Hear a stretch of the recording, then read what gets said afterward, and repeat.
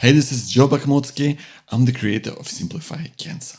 Right now, I want to talk to you about emotional strength and resilience as you head through cancer treatment and beyond. Because where does it come from? And what is emotional resilience anyway? Well, I've heard it described as your ability to deal with life's challenges.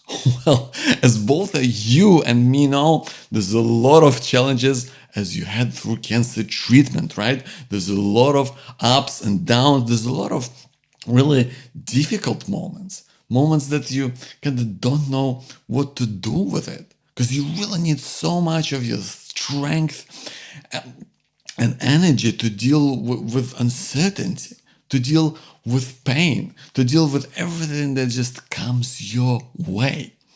So you really need a lot of that energy to keep going. But where does it come from? You know, we always talk about finding strength to get you through the tough times, but where do you find it? You certainly won't find it like in the middle of a street, right? It has to come from somewhere. And I believe that somewhere is from other people. It has to come from other people in your life. People who care about you. People who want to be there for you and support you in a way that is really meaningful for you. In a way that really helps you to get through this, right? Because I know that sometimes, you don't really want to talk about stuff, right? Because it's too heavy and you don't want to put people off or get them even more worried, and you don't want to look like you can handle it. But I gotta ask you, my friend, if you're not gonna get the support from people in your life right now, then when? Because now is the tough time and we don't really think about cancer in the right way. Well, let me explain you what I mean. I'll give you an example, right? So let's say you're flying in a plane, right?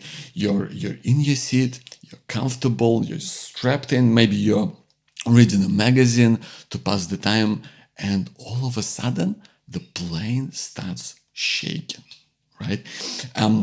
Everyone starts to freak out, right? There's all these announcements, there's emergency lights go on, there's people putting on these oxygen masks, and everyone's really going crazy and freaking out because the plane starts to dive. Somehow you put on your life vest, and all of a sudden, boom! You hit something, and it all turns into a blur.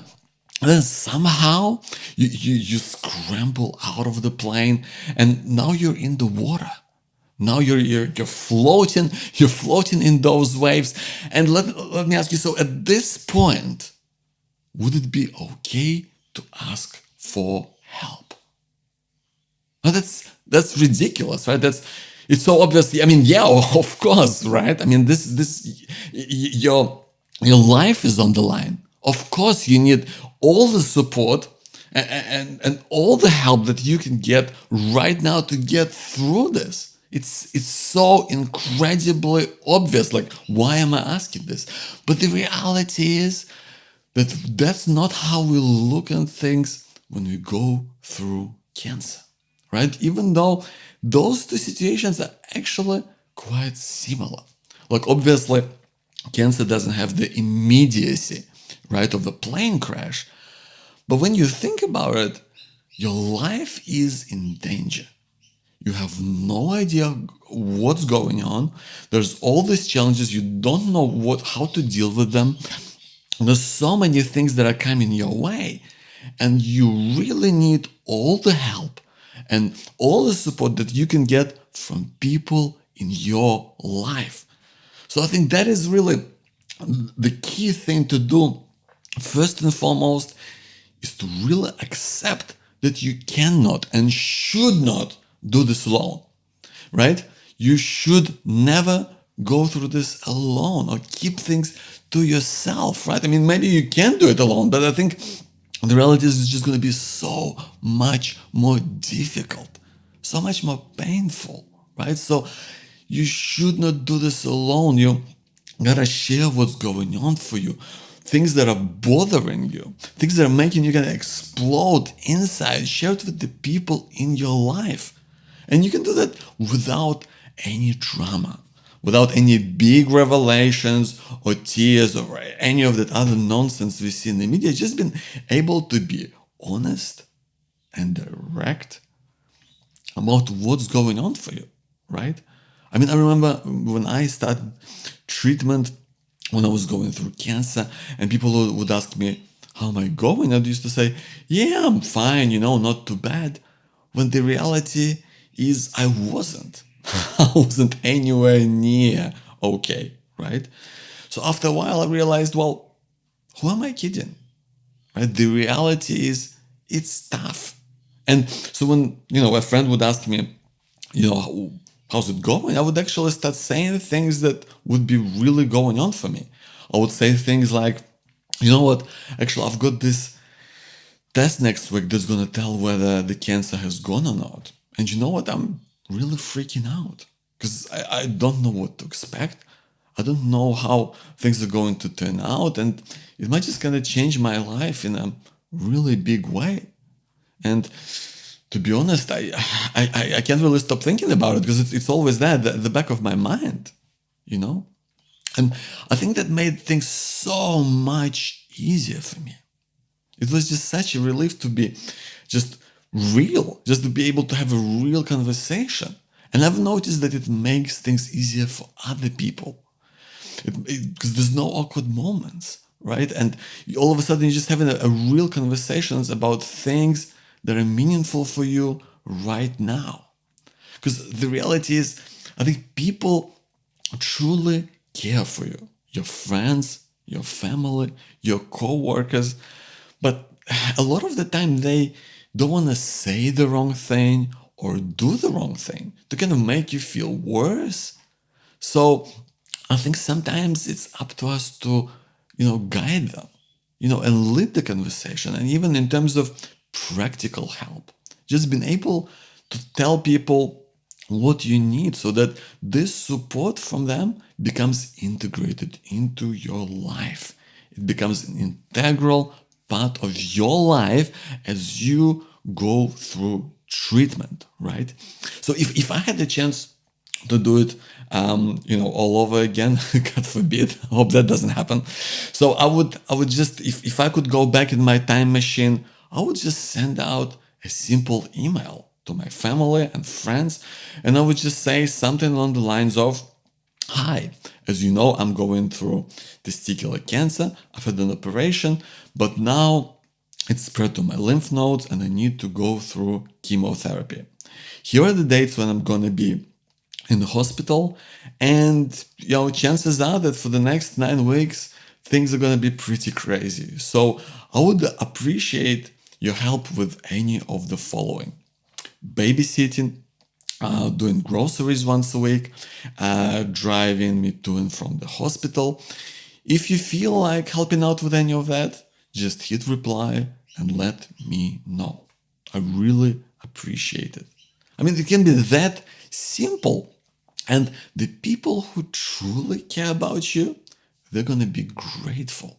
They're really going to appreciate it because you've just made it easy for them to support you. You've given them an opportunity to step up and be there for you in a way that is really going to make a difference to your life. Because they can cherry pick whatever is going to be easier for them. And they know that this is going to be something that's going to help you as well, help you in a big way, right? And, it's also about realizing that sometimes there might be people in your life, who are not going to be able to step up for any number of reasons. Sometimes people have issues about death or dying or diseases, and sometimes like you having cancer kind of brings it up for them and gets in the way of being there for you, right? Or maybe you've grown distant. But that can happen as well. And maybe just because it happened over a long period of time, you haven't really noticed it. And sometimes it takes things like cancer to really bring it to light so that you can really see it for what it is right now. And, and that can be really painful. That can be tough. But at the same time, it's about acknowledging that, seeing it for what it is, and just being able to move on. Move on with your life and be around people who stayed. So you can focus on being with them, being with people who really stepped up for you in a big and meaningful way. I really believe that that's what it comes down to, my friend. It comes down to accepting that you should not do this alone. You can make cancer just a part of a normal conversation when you feel like it. I mean, obviously you don't have to talk about cancer all the time, but when you feel like it, just to be able to have a real conversation without any drama, without any tears, just being able to say what's on your mind and to make it easier for yourself and just for your friends, for your family, for everyone. So they know exactly what's going on. And also to make sure that it's integrated, this support from your friends, from your family, from your co-workers, from people you know, that it's integrated into your life. Just being able to be upfront about what sort of practical help they can give you. Giving them a list of things that they can, volunteer for. And the people who truly care for you are going to be grateful because you've just made it easy for them to support you on your terms and be there for you in a way that's really meaningful for you. And also realizing, I guess, that, like I said, that some people, for whatever reasons, might not be able to step up, for things that get in the way and prevent them from being there for you. And that's okay too. And being able to move on with your life and focus on people who are there for you. People who are going to be truly there for you all the way to support you through what you're going through right now. This is what's going to give you strength to deal with treatment. This is what's going to give you, this energy to deal with the tough times when things get tough, and we know they do, right? This is what gets your resilience going. This is what dials that up so that you can get through cancer in the best possible way and have the life you want despite cancer. I hope it's been helpful for you, my friend. Let me know what you think. My name is Joe, and shoot me an email. My email is joe@simplifycancer.com. That's JOE at simplifycancer.com. Thank you so much for watching. I'll see you soon.